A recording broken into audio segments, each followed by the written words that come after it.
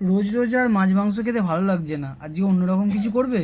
হ্যাঁ, বাড়িতে মোচা কেনা রয়েছে। নারকেল ছোলা দিয়ে মোচার ঘন্ট বানাই, পরোটা দিয়ে খাওয়া যাবে।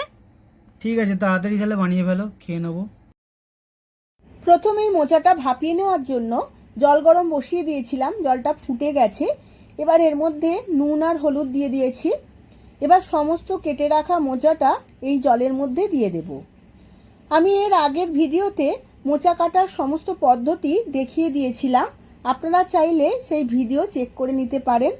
এবার চাপা দিয়ে 10 মিনিট সেদ্ধ করে নেব। মোচাটা সেদ্ধ হয়ে গেছে, এবার জল ঝেড়ে নেব। এদিকে আমি কড়া বসিয়ে নিয়েছি, কড়ার মধ্যে 4 চামচ তেল দিয়ে দিয়েছি। তেলটা গরম হয়ে গেছে। এবার ডুমো ডুমো করে কেটে রাখা আলু কড়ার মধ্যে দিয়ে দিয়েছি। এবার আলুগুলো অল্প একটু নুন আর হলুদ দিয়ে লাল লাল করে ভেজে নেব।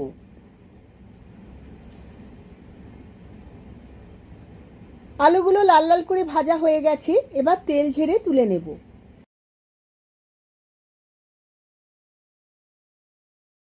আলু ভাজার তেলের মধ্যে দিয়ে দেব 2টো শুকনো লঙ্কা, 2টো তেজপাতা, অল্প একটু গরম মশলা আর হাফ চামচ জিরে। ফোড়নটা ভাজা হওয়ার সঙ্গে সঙ্গে দিয়ে দেব একটা কেটে রাখা টমেটো।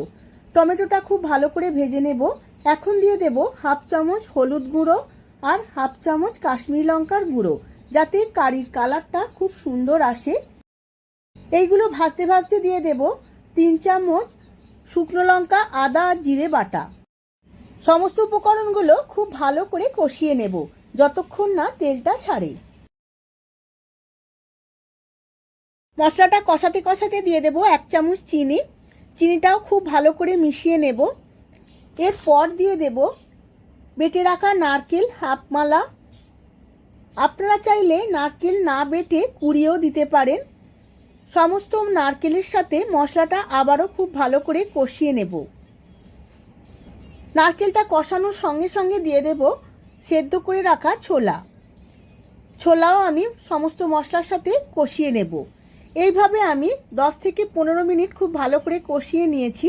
তেলটাও ছেড়ে এসেছে। এবার দিয়ে দেব ভেজে রাখা আলু। আলুও আমি মশলার সাথে 2-1 মিনিট কষিয়ে নেব। আলুগুলো ছাঁকা তেলে ভেজে নেওয়ার ফলে 60% সেদ্ধ হয়ে গেছে। আলু মশলা সমস্ত কিছু খুব ভালো করে কষিয়ে নিয়েছি। এখন দিয়ে দেব সেদ্ধ করে জল ঝরানো মোচাগুলো। সমস্ত কিছু মোচার সাথে আবারও একবার কষিয়ে নেব।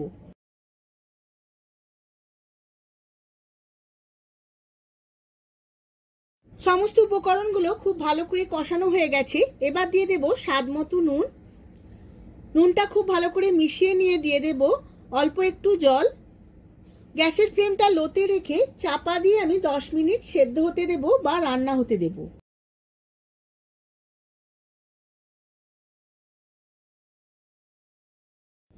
10 মিনিট আমি সেদ্ধ করে নিয়েছি।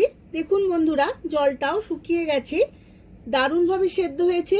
এবার দিয়ে দিলাম 1 চামচ শাহি গরম মশলার গুঁড়ো আর দেব 1 চামচ দেশি গাওয়া ঘি। সমস্ত কিছু খুব ভালো করে মিশিয়ে নিয়েছি। আমার একদম রেডি হয়ে গেছে নিরামিষ মোচার ঘন্ট। এবার আমি সার্ভ করে নেব। গ্যাসের ফ্লেমটা অফ করে দেব। বলছি, রান্নাটা কমপ্লিট হলো? হ্যাঁ হ্যাঁ, তাড়াতাড়ি চলে এসো, গরম গরম পরোটা আর মোচার ঘন্ট খেয়ে নাও। বন্ধুরা, যদি ভিডিওটা ভালো লেগে থাকে অবশ্যই লাইক কমেন্ট শেয়ার করতে ভুলবেন না। আবার দেখা হবে পরবর্তী ভিডিওতে নতুন কোনো রেসিপি নিয়ে। ধন্যবাদ।